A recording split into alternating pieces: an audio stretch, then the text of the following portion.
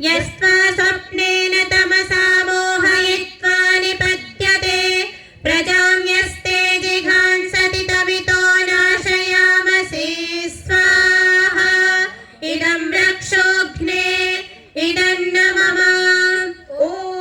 गर्भह्रास निवारक सूक्त अथर्ववेद कांड 2 सूक्त 25 चातनः ऋषि पृष्णिपर्णी देवता अनुष्टुप्शन मंत्र।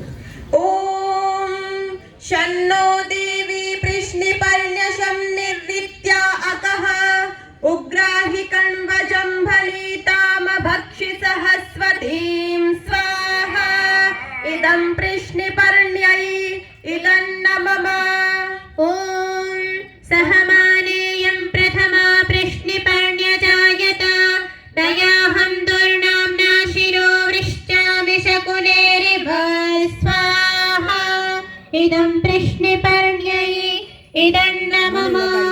ॐ अरायमसृक्पावानं यश्च स्फातिं जिहीर्षति गर्भादं कण्वं नाशय पृष्णिपर्णि सहस्वच स्वाहा इदं पृष्णिपर्ण्यै इदन्न मम।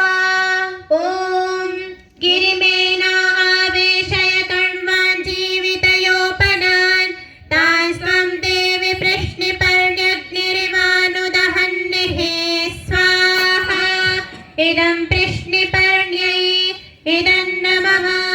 ॐ पराच एनान्नुदकण्वान् जीवितयोपनान् तमांसि यत्र गच्छन्ति तद्ग्रव्यादो अजीगमं स्वाहा इदं पृष्णिपर्ण्यै इदन्न मम।